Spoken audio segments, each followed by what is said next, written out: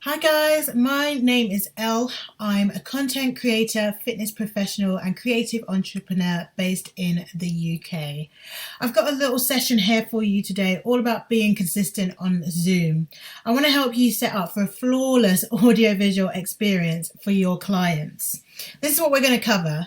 Nailing your setup on Zoom, how to improve your setup. I'm going to run you through how I set up my sessions quickly, and then I'm going to share a few tips to ensure that all of your sessions run as smoothly as they possibly can.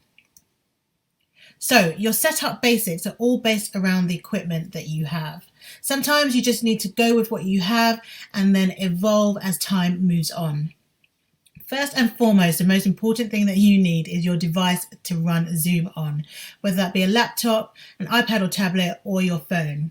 Laptop is the best option because you get more functionality with Zoom to change settings and make sure that you can create an experience that's really good for your clients. With a phone and iPad and laptop, you get a little less functionality and you're not able to connect as many devices to that to improve the quality. Next up, music. If you're going to be using music. Sometimes not using music is the easiest option, but otherwise, if you do want to have music, you have a few options. You can have a speaker in your room, which is connected to a phone, an iPad or tablet, again, connected to that speaker, or you can use iTunes or other software that runs directly from your device. Then, what microphone will you use? Obviously, have the option to use a device mic. So record a session maybe, see how that sounds, if you can be heard from the space that you're going to be teaching in, or you can use an external mic connected to your device. That can be one that's on your outfit or a headset mic. Then you need to check your audio and video settings regularly in Zoom. There's lots of those to run through, so make sure that you find them. This is where you can find them when you're running a meeting. Down at the very bottom left, that arrow next to the microphone, you can see what Zoom is using as a microphone, and that's how you change it, what it's using to output sound as a speaker.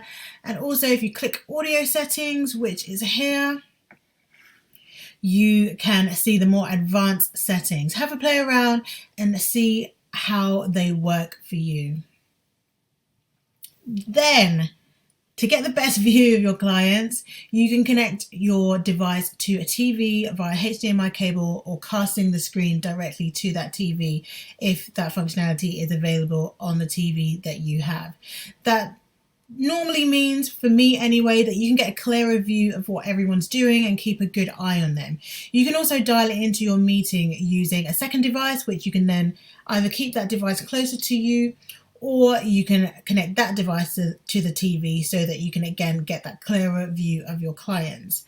And some other equipment that you can use, you can get a green screen, especially if your room is really busy or you've got lots of stuff in there and you don't want that to be seen in your sessions. And a green screen then means that when you use a background in Zoom, it is a bit more reliable.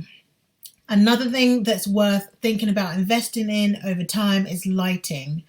I don't know about you, but the lighting in my rooms are always very yellow. So I've got some big pop-up lights that I use, soft boxes in the room, shining onto me into the space to light up the space. And that really makes a difference if you're teaching evening sessions or early morning sessions where it's darker, and even just helps create a better view of the room during the day.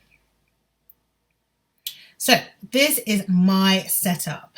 I actually have a mixer, which is what is depicted here, a mini USB mixer, which is connected to my phone for music. It's connected to a speaker so that I can hear what my clients can hear, and it's connected to my headset microphone.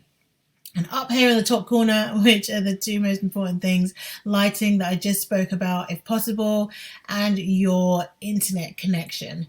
It's so important to have a good and stable internet connection. So make sure you check your speed regularly. And if you have any issues with that, then you can use an Ethernet cable instead of using Wi-Fi.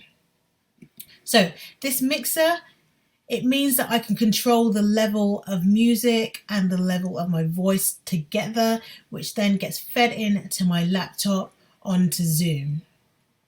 That then gets fed to my participants, and I also connect it to my TV, which I use as my speaker for sound so that I can hear my participants when they speak. Because sometimes that's crucial if they have to ask questions or if they need anything, a modification or something. It's really important that you can hear them. So that's how I hear through my TV.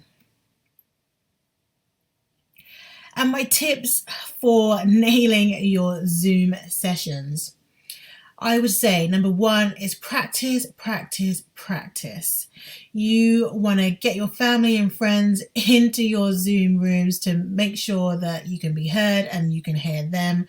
And then you'll become much more comfortable with your settings and with using Zoom. Then for your sessions, make sure that you set up in good time.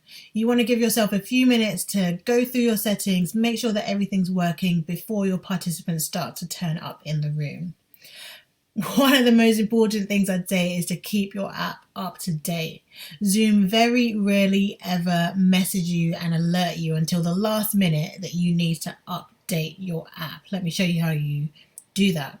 When you open the app on a laptop and you click your picture in the top right and then go down to check for updates, and once it's done that, it will either tell you if you're up to date or if there's a new update ready to be installed. From my experience, I've found that so many issues are caused by a simple lack of updating Zoom.